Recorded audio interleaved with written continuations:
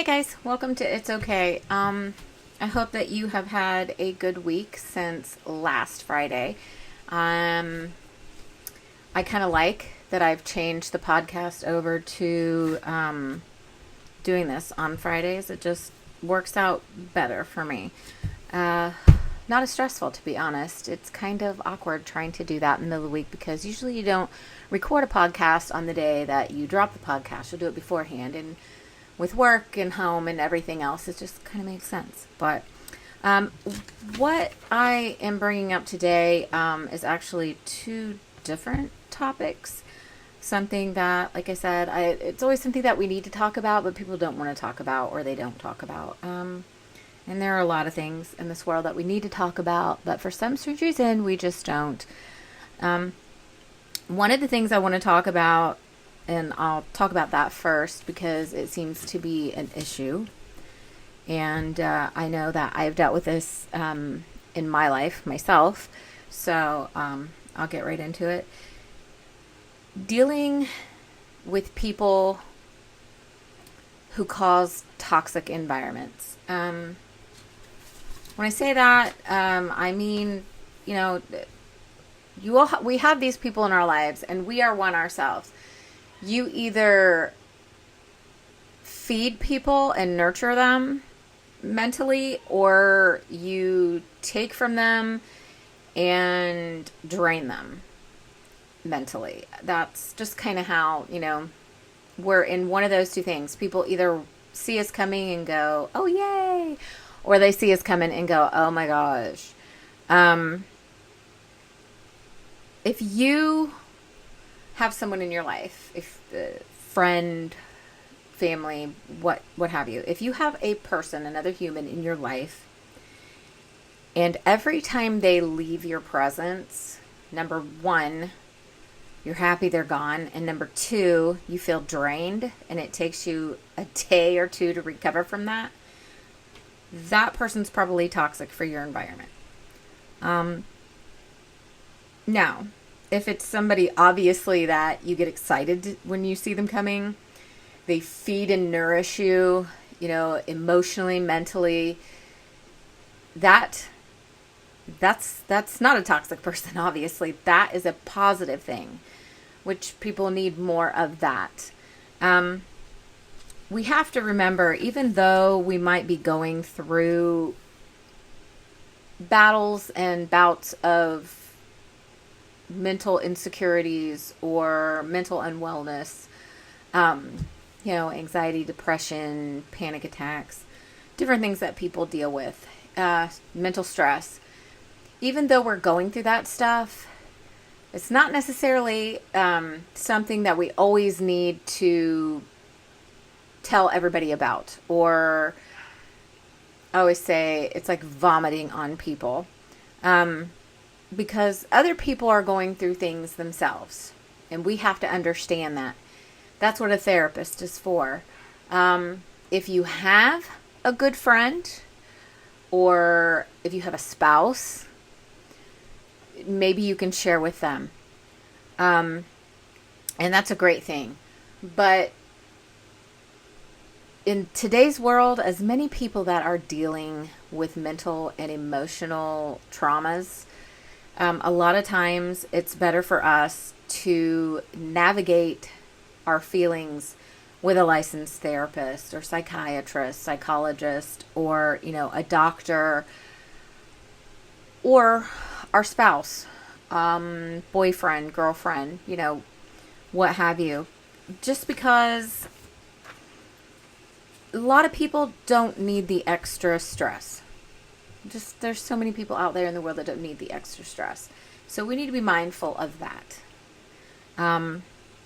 Now, I'm not saying that people that, I'm going to say, overshare or that drain others, I'm not saying that they're a bad person. Okay? I'm just saying that they're probably toxic for you if it's draining you. If it doesn't bother you that somebody's, spews and spews, if that doesn't affect you, then hey, that doesn't apply to you. But if it does bother you, or it does, bring on some kind of mental stress, then that person specifically making you feel drained is probably not good for your environment. So you need to consider that. I just don't think that we really consider the amount of people walking around with mental trauma, and they're untreated, they're unmedicated. Not that everybody needs medication, but I can tell you, if you're walking around with enough mental trauma, you probably need to be going to some therapy. You need to be seeing a therapist. You need help. You need guidance. You need somebody that's going to give you tools. You need to do that. And that's just, that's not just good for you, but that's good for everybody else that has to live with you, deal with you, or be around you. So yeah, and that's why I love my therapist so much. Bless her heart. There are many things that I don't talk to others about because that's what she is for. That's what she went to school for. That's what I pay her for, is to help me, manage past traumas, current traumas, things I don't understand, navigating things mentally. That's what they're there for.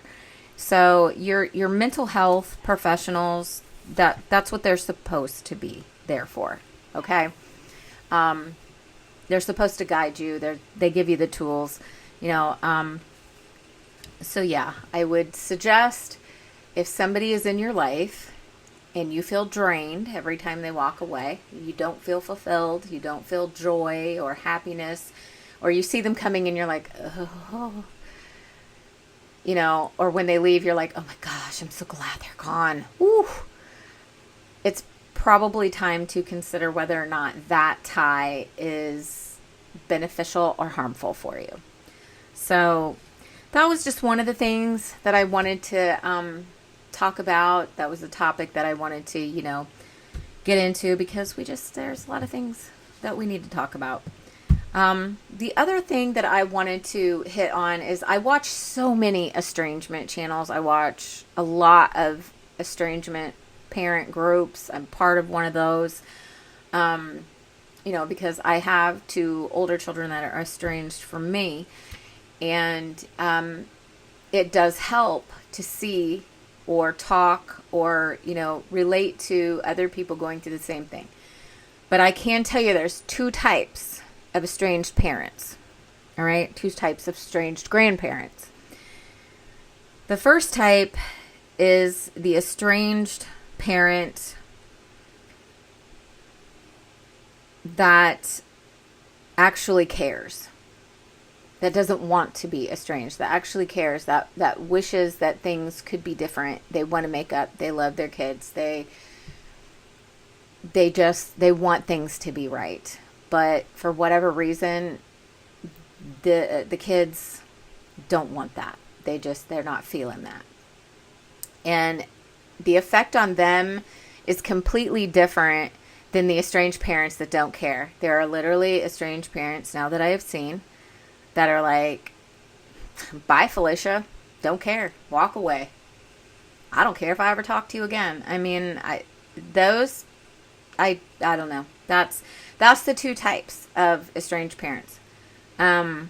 Myself, I do care. I actually have cared. That's why I have not had a problem being on this podcast and telling, what I have done wrong on my side of how I see that I, made mistakes and whatnot. And a lot of Gen X parents have made a lot of mistakes. I'm sure the boomers as well have made a lot of mistakes. Not every one of them want to own up to them. But there are some that don't have a problem with it because they humble themselves. And I am not above admitting my wrongs at all. I'm not above that, because as a parent, even my parents caused me some trauma. They caused me hurt. And, but I understand that they're human and that's going to happen. And now, does that excuse you from your actions? No. But the point is, as a parent, Eventually, you are going to do something your kids are not going to like. And they're going to take it the way they're going to take it. And you can't control how they interpret your actions. So if you hurt them, you don't have a right to say that you didn't. That's, because that's just the way it is. But coming from the point of view of parents that actually care, in my estranged, what I have dealt with, I personally have seen a lot of parents, and I know myself, that have cried many tears, have grieved like your child is dead. I mean, that's what it feels like. It's almost like a tease. I know they're here. I know they're still alive. But here they are, I can't talk to them. I can't spend time with them. I can't hug them. I can't, be part of their daily life. They don't want that. They don't want me. And it affects you in it just affects you. I mean, I could try to use all the eloquent words in the world, and I can't really put it into words, just like maybe an estranged kid couldn't put it into words, the hurt that they have felt from a parent. Well, as a parent that's been estranged by two older kids, as a grandmother that doesn't get to see her two grandchildren, I can't put into words to you, for you, the hurt that I feel with that.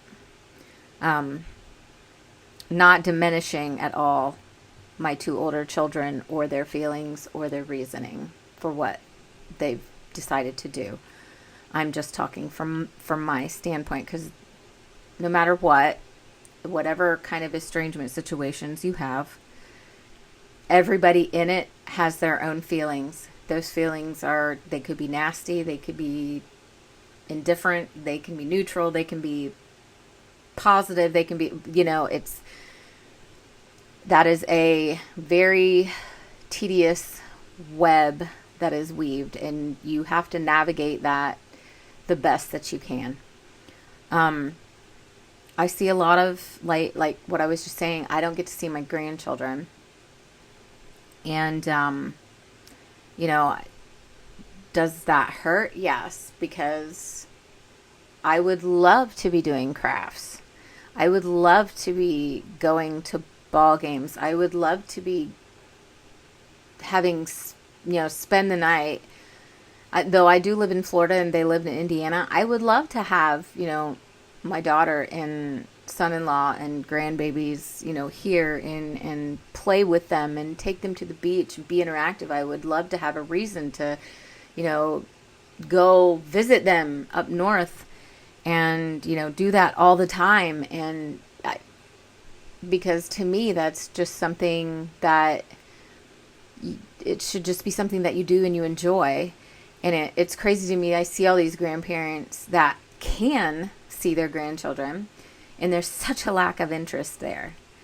And it's like, my gosh, you have no idea what you had. Like, you're taking it for granted, the fact that you can have a relationship with your grandkids.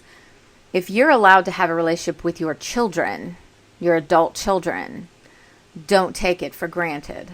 If they're still letting you be part of their life, do not take that for granted. Appreciate that. Love on them. Be proud of them. Spend time with them. Help them. Support them. Sow into them. Nothing greater than sowing into your children and even into your grandchildren, if you get to have a relationship with them. But yeah, I mean, from my own point of view, though, that I would love that. But, I cannot, and no one can make anybody else love them or want to be around them or want to, make up with them or whatever. You can't make your adult kids do something that they're just not feeling. I mean, nor would I want to. Anything that my older kids would do, I'd want them to do it out of the goodness of their heart. I would want them to, want to do it because they want to. I would want them to come around me because they desire that of me. They desire a relationship with me, not because I forced them, not because I made them, not because they were guilted, none of that stuff. But yeah. So, that is something that I kind of wanted to talk about as far as like, I'll wind it back a little bit, is the whole thing with estrangement, that there are two separate types, and I've seen that, and it does blow my mind. I mean, the fact that, I've even seen estranged parents that are like, you know what, I'm moving away, and I'm blocking them from everything, and I don't want to hear their voice, I don't want to hear their name, and I'm done, and they can just screw off. And again, just I don't know. That's I don't agree with that attitude, but that I don't answer for other people, I answer for me, but that's not my take on everything. I would rather be a family if that is at all possible. And I think that would be great. I have my parents, which are older. My dad is almost 80, and my mom is working her way in her upper 70s. And, they can't have their kids and their grandkids together. And the great grandkids, because, when people don't want to be around other people, or they don't get along with other people, then they don't get to, and I can understand that. That would be very hard, because you can't even have your family together, and especially at that age, and, you don't have that much time left. You're really trying to grasp at all the time you can get with those that you love. So I understand that. I completely get that. And I wish I could fix that for them. I really do. But I can't. That's not something I have a lot of control over. So I don't, I hate that for them. But I know they're not the only ones. I know that obviously I'm not the only parent that has adult children that are estranged from them or don't get to see grandchildren. Believe me, I've seen hundreds, if not thousands, of other parents in the same boat. And it's very taxing for the family. I'm sure it's taxing for the adult child that has walked away.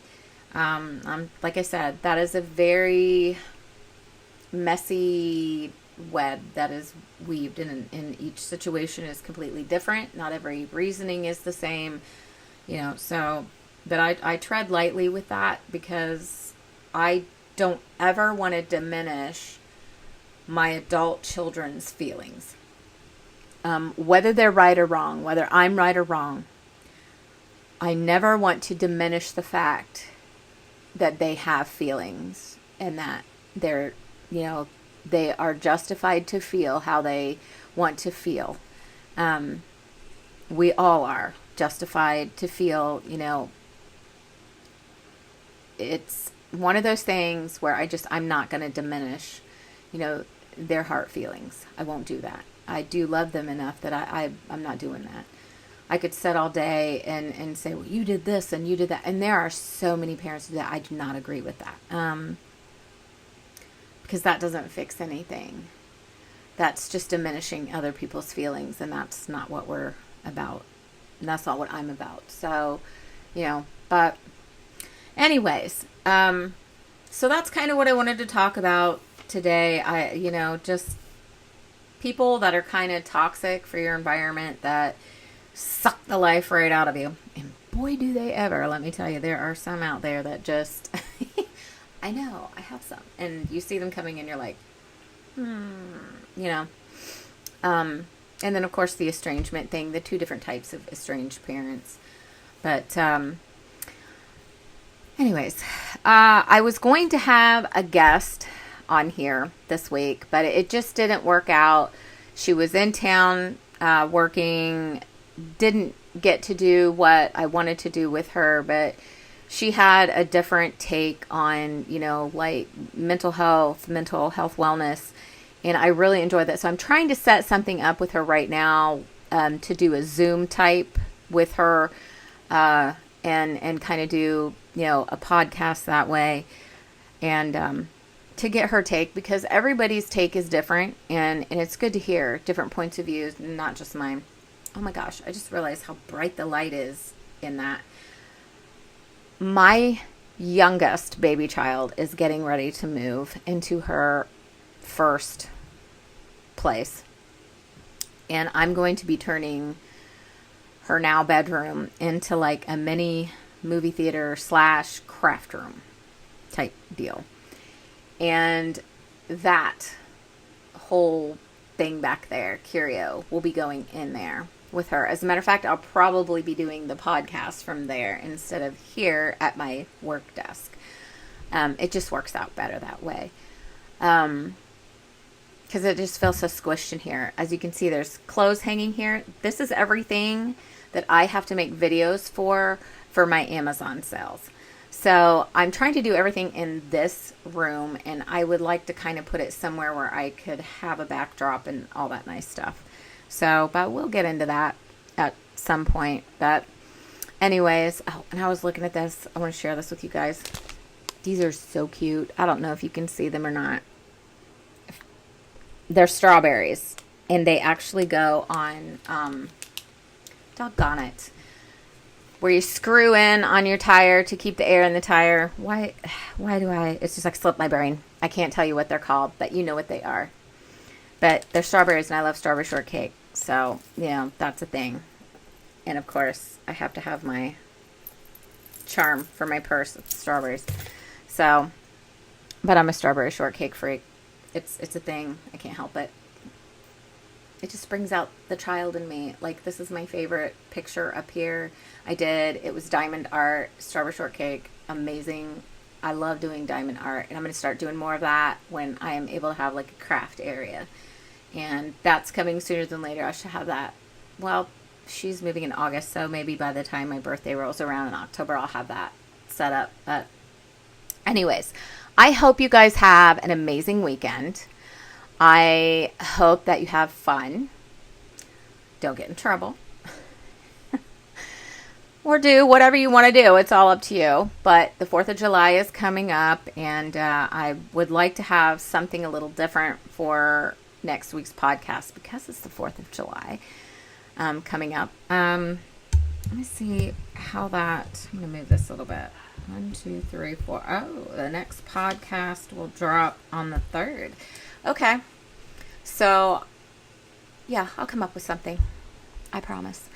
But anyways, okay. Well, I hope you guys have a good weekend, and I am going to skerdiddle. But remember, between now and next Friday, as I always tell you, even if it's not okay, what do I say? Even if it's not okay, it'll be okay. I know that sounds crazy to some people, but it will, okay? Eventually, everything is okay. It might be a hard road to get there, but it's going to be okay. So, until next Friday, it'll be okay.